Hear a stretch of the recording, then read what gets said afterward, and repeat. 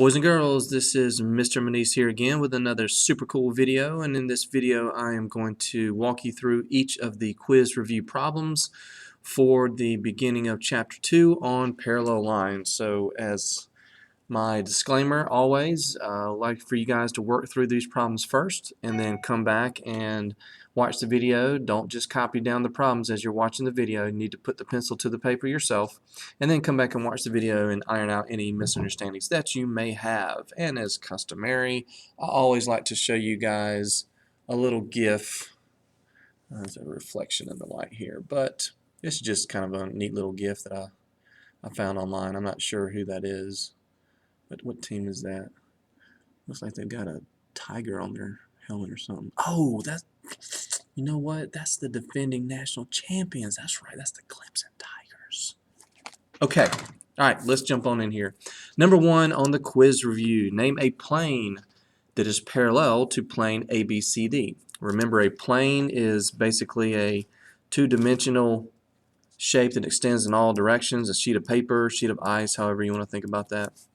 It's got to be parallel to plane ABCD. So as always, I encourage my students to get out some colored pencils, crayons, magic markers, whatever, and highlight and color, and that will always help you in geometry to label stuff. So I'm trying to find a plane that is parallel to the bottom of my box, my rectangular prism.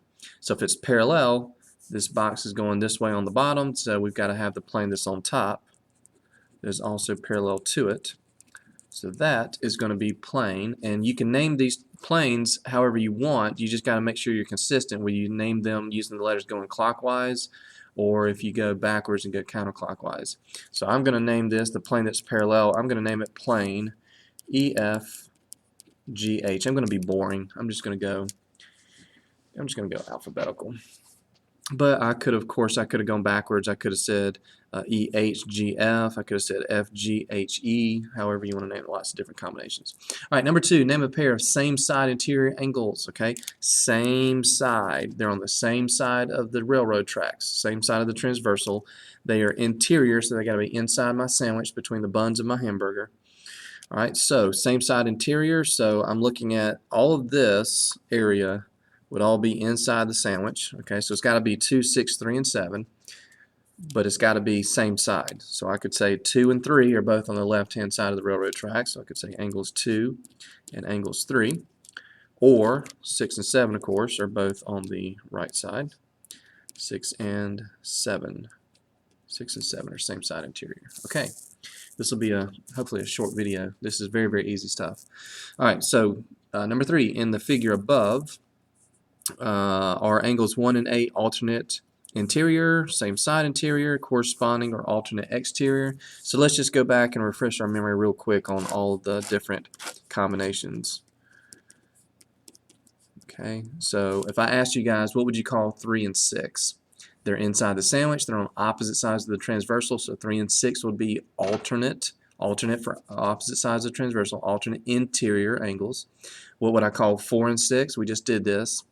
I got a big angle here, I got an obtuse angle here, and an acute angle here. We know those are supplementary if the lines are parallel. In this problem, the lines aren't parallel, so we don't know that the angles are the congruent or supplementary. That only occurs when these two lines are parallel. But in this case, we're just naming the angle pairs. 4 and 6 will be same side interior. 1 and 8, they're outside the sandwich, outside the buns, and they're on opposite sides, so that'll be alternate exterior. 2 and 8 on the same side, those would be same side exterior, and then the hard one, corresponding. Remember my little trick that I taught you. For corresponding, draw yourself a box. 1 is in the top left of the window, 5 is in the top left of the window, so they're corresponding.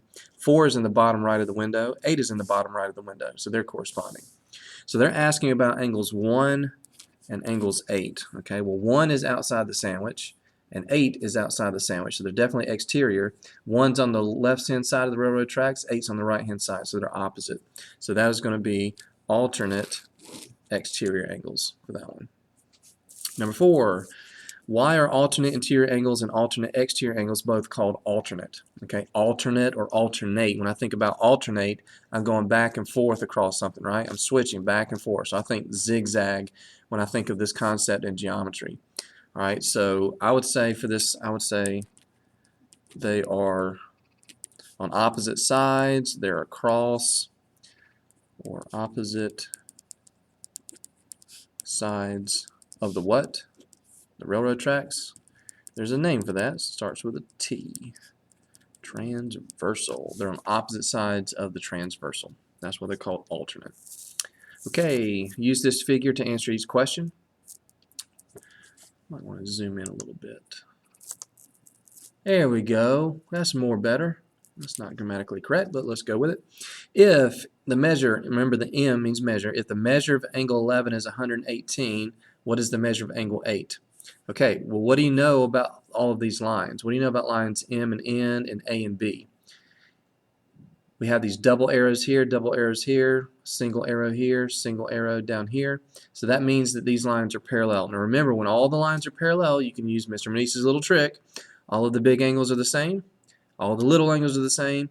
If I have one big and one little, they have to add up to 180. And what do I mean by big and little? Obtuse and acute. So two obtuse angles will always be equal to each other. Two acute angles will be equal to each other. If I have one big obtuse angle, one small acute angle, you add them together and they got to equal 180.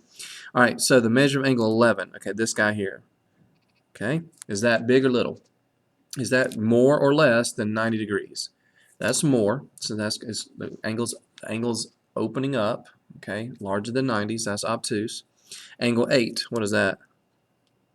That's also big. That's also greater than 90 degrees. Okay, so if they're both big, then they're both the same. So I would say that the measure of angle 11 is also 118 degrees.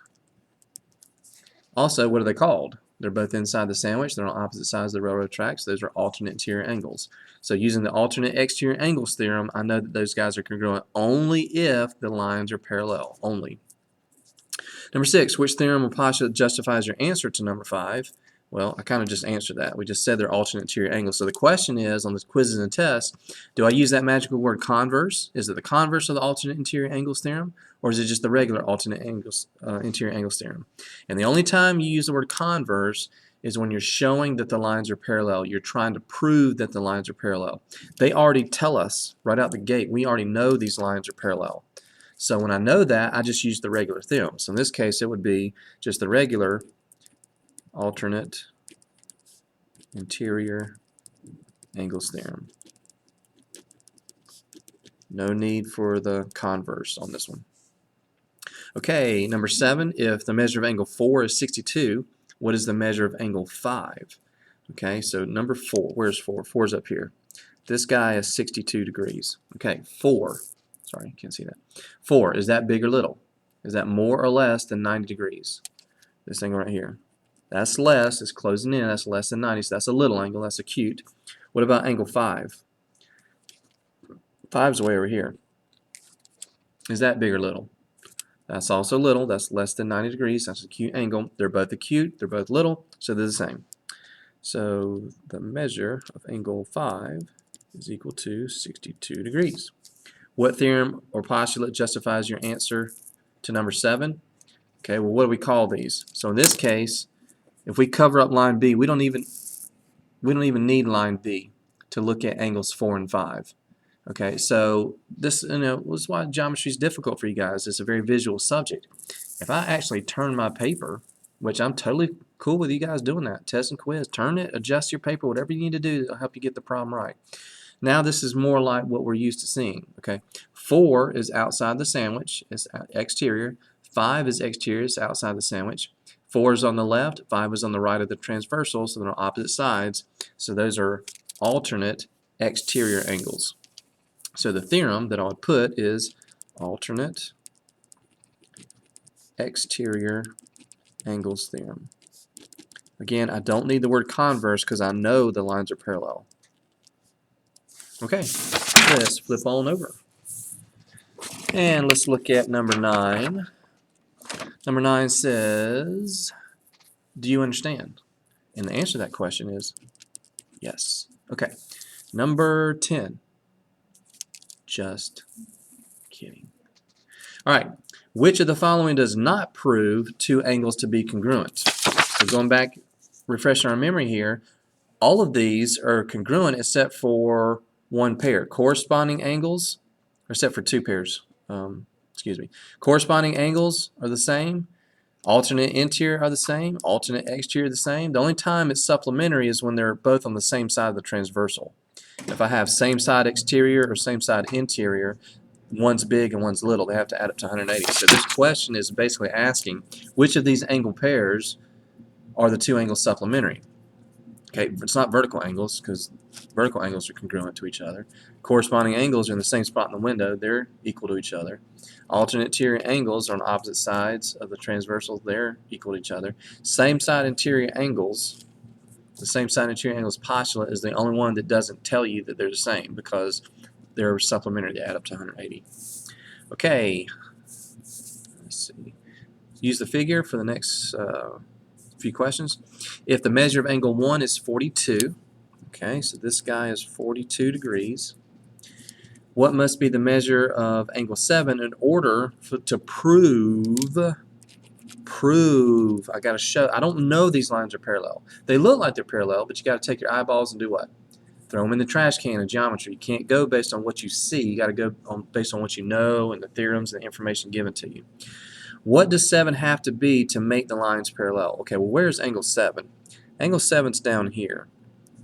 Is that a large or small, big or little? That is greater than 90 degrees. That's an obtuse angle. That's a big one. 42, is that big or little? That's little. So I would actually put a double set of arcs right there. Single arc and double arc means they're not the same. Okay, so if one big and one little, they got to add up to 180. So I got to say 42 plus what equals 180. So basically, of course, you're just subtracting the 42 from the 180, and I get 1236.49. Just kidding. Just kidding. Just make sure you guys are with me. 180 minus 42 is 138 degrees. There you go. 138. Okay, number 11, it says, suppose the measure of angle 3 is 128 and the measure of angle 6 is, whoa, got some algebra here, 10x plus 8. What value of x would result in the lines being parallel? Okay, let's read this again. I always like to read problems, complicated problems or long problems, especially word problems, read them several times. Suppose the measure of angle 3 is 128. Okay, got it. Angle 3, that guy is 128. Okay, got it. And 6 is 10x plus 8. What does x have to be to make the lines parallel? Well, to make the lines parallel, these are alternate interior, right? 3 and 6 are inside the sandwich. They're on opposite sides. So these two guys have to be congruent. Alternate interior angles are congruent if the lines are parallel. So I know that that guy, the 128, and that guy, the 10x plus 8, they have to be the exact same thing. So whenever you say two things are equal in math, you just throw a big old fat equal sign in between them. And I'm going to say, make sure you guys can see that. I'm going to say that the 128 is the exact same thing as whatever this other guy is, 10x plus 8. They're equal to each other. And of course, you just solve. 10x equals 120 divided by 10. X equals 12. Okay. All right, so always, guys, in math, always look to see if there's a way to check your answer. If I plug this back in, let's plug it back in for x. If I plug in 12 for x, 10 times 12 is 120. 120 plus 8, yes, indeed, that does equal 128 on the other side. So take those 5-10 seconds, please, and go back and check your work to make sure you didn't make a careless mistake with your algebra. I hate for you guys to get a geometry problem wrong because you got the algebra wrong, but you understood the geometry concept. All right, here we go. Here we go. Everybody misses this if they don't listen or pay attention to the magic word. Which theorem or postulate would you use in question number 11 to prove the lines are parallel? What's the magic word? It begins with a con and ends with verse. The converse. I don't know that these lines are parallel. They didn't tell me that. So I've got to have the backwards version of the theorem. It's going to be the converse of, we already said they're alternate interior angles.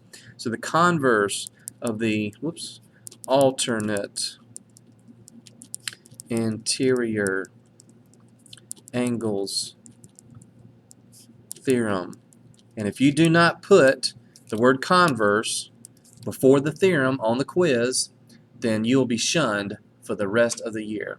And I will take off 101 points off of your quiz. And you'll be left with a -1 on the quiz. Just kidding, kinda. Okay, so here's the next figure. Use figures for the figure for questions 4 and 5. If G and H are parallel, okay, so they're telling me that they're parallel. Okay, so I don't need any converse. They're telling me that. If they're parallel, the measure of angle 2 is 88, so this guy is 88. What is the measure of angle 3? This guy here. Now this one's a little bit harder to use my little trick of all the big ones the same, all the little ones the same, because, well, these angles almost look like they're 90 degrees. They're not, but when it's close, it's a little difficult to see which ones are obtuse and which ones are acute. So in that case, you do need to default back to what you know about the angle pairs. Okay, so this guy is inside the sandwich. Okay, so angle 2, I'm just going to, actually, you know what I'm going to do? This is kind of hard to see. I'm going to blow this up a little bit for you guys. Let's blow this up. We got a 2 here and a 3 here. Okay, so let's just go ahead and answer that question based on this blown up diagram. They kind of look the same, but I know that that guy and this guy, let's put a, I don't know, I'll put a 7 right there. I'll put a 7 right there. 2 and 7 have to be alternate interior angles, right? They're across the transversal and they're inside the sandwich. So 2 and 7 are definitely congruent. Are 7 and 3 congruent? No, they're not, because they form a straight line, right? Anytime you have two angles that form a straight line, that form a linear pair, they're supplementary. Okay, so if 2 and 7 are equal to each other, and 7 and 3 are supplementary, what can I say about 2 and 3? That's one of our properties, right? 2 and 3 have to add up to 180. Okay, if you have really good eyes, you can see that, okay, 2 is little and 3 is obtuse. One big and one little have to add up to 180. Okay, either way you want to think about that is perfectly fine with me. So I got to say that the measure of angle 2 plus the measure of angle 3 has to add up to 180 degrees.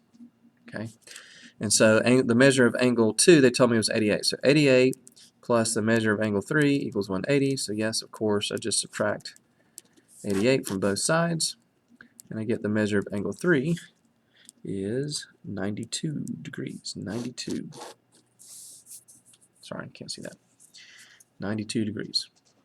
All right, the next one says if W and V are parallel, okay, so these guys are parallel, and the measure of angle 1 is 60, so I'll put the 60 over here in my diagram.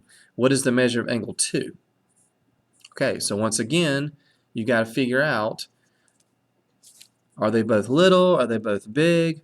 Well, if I just cover up this line here with my pencil, and we talked about this in class, take away the line that has nothing to do with the angles in question. If I look at my diagram this way, without line H, then you can see they're both on the same side of the transversal, and they're exterior. 2 is outside above, and 60 is outside below. So if you have same side exterior angles, one is going to be little and one is going to be big. So once again, they have to add up to 180 degrees. So I'm going to say that if one is 60, I'm going to say that 60 plus the measure of angle 2 has to be equal to 180. Subtract 60 from both sides, and of course, let me write this over here. Measure of angle 2 is going to be equal to 120 degrees. Okay, here we go. You can do it. You can do it. I promise you can do it. Proofs, the big bad proofs. How in the world do we do proofs? Well, I have a separate video on this if you want to check it out. But I know my two-column proofs are asking me to write a two-column proof to prove the corresponding angles theorem. Okay, so I want to prove the angles 2 and 6 are the same. Here's the given information. So I always have my statements over here. Statements, and I have my reasons. We're lawyers. We're trying to state our case. Let's take the evidence, the given. All that I know is line L is parallel to line M. I always start with the given. So I got to figure out, how do I get what we talked about in class? You got to think about a path. How do I go from angle 2 to angle 6? Okay, so whatever path you want to take. I could go from 2 to 1, 1 to 3, and skip on over from 3 to 6, or I could start at 2 and I could just hop from 2 to 3, and then I could hop from 3 to 6. Okay, so let's start there. Let's follow this path. Let's go from angle 2 to angle 3. What do I know about those two angles? I'll give you just a second. 2 is little, 3 is big, so it has to be supplementary, right? They form a linear pair. So I'm going to say that the measure of angle 2 plus the measure of angle 3 is going to be equal to 180 degrees. All right. Now, what would you tell your mother, Mom, son, why are angles 2 and 3 add up to 180? I would say, well, Mom, they form a linear pair. Okay, they add up to 180 degrees. Okay, so however you want to convey that information, I would say you could say definition of supplementary. In this case, I'm going to say angles that form a linear pair, okay, they add up to 180 degrees. Okay, angles that are linear pair form 180 degrees. Okay, so now, what do we know? I want to jump from 2 to 3, and then I want to jump from 3 down to 6. Okay, well, what do I know about angles 3 and 6? Well, 3 is big, but 6 is little. These guys are same side interior angles, okay? So I'm going to say that the measure of angle 3 plus the measure of angle 6 equals 180 degrees, okay? And why is that? All right, that's going to be our regular theorem, same side interior angles theorem. Remember, these lines are parallel, so I don't need converse anywhere. I already know they're parallel. So I'm going to say this is the same side interior angles postulate. Technically, the same side is the only one that's a postulate. The rest of them are theorems. I'm not real picky about that, but it is a postulate. All right, same side interior angles postulate. Our postulate says they add up to 180. Okay, so if 2 plus 3 equals 180, and 3 plus 6 equals 180, let's think about this. 2 plus 3 is 180. 3 plus 6 is 180. What can I say? Well, I can say that the measure of angle 2 plus the measure of angle 3 equals the measure of angle 3 plus the measure of angle 6. If 2 plus 3 equals 180 and 3 plus 6 equals 180, then this guy, 2 plus 3, has to equal this guy. They both have to equal each other because they both equal 180 degrees. Okay, so we actually have a theorem that says that. This is the twin brother thing. So if these guys are twin brothers and these guys are twin brothers, then these guys also have to be twin brothers. So I would actually, in this case, I would actually accept transitive property of congruence. We actually also have a theorem that we talked about very briefly in your book, in I think it was section 2.1, that says if angles are supplements to the same angle, then they have to be equal to each other. Okay, so if 2 plus 3 equals 180 and 3 plus 6 equals 180, then 2 has to equal 6. Okay, so in this case, I would say angles that are supplements to the same angle are congruent. Okay, another way to think about it is if I use the subtraction property of equality, then these guys just cancel out. They just go away. If I subtract the measure of angle 3 from each other, from both sides of the equation, then I get the measure of angle 2 is equal to the measure of angle 6. So I would actually accept, you could say, subtraction property of equality. I would take that. And then, of course, if the measure of the two angles are the same, then, of course, the actual angles have to be congruent to each other. Okay? Angles with the same measure congruent to each other. So let that proof sink in for just a minute. Go back and maybe watch it again. I know proofs are difficult for you guys. It's visual. You have to explain, justify your steps. There's no one right answer to these proofs. That's why it's so difficult. You're used to having to solve an equation and x can only be 6. That's the answer. If it's not 6, it's wrong. But with these proofs, you can write several different correct things. And that's what lawyers do. There's no one right way to prove a defendant guilty or innocent. You can use several different ways, several different pieces of evidence. In our case, several different pieces of given information in a geometric problem. So anyway, that's it for this video. I hope you guys enjoyed that. I wish you good luck on the test, or the quiz, and we will see you on the next one.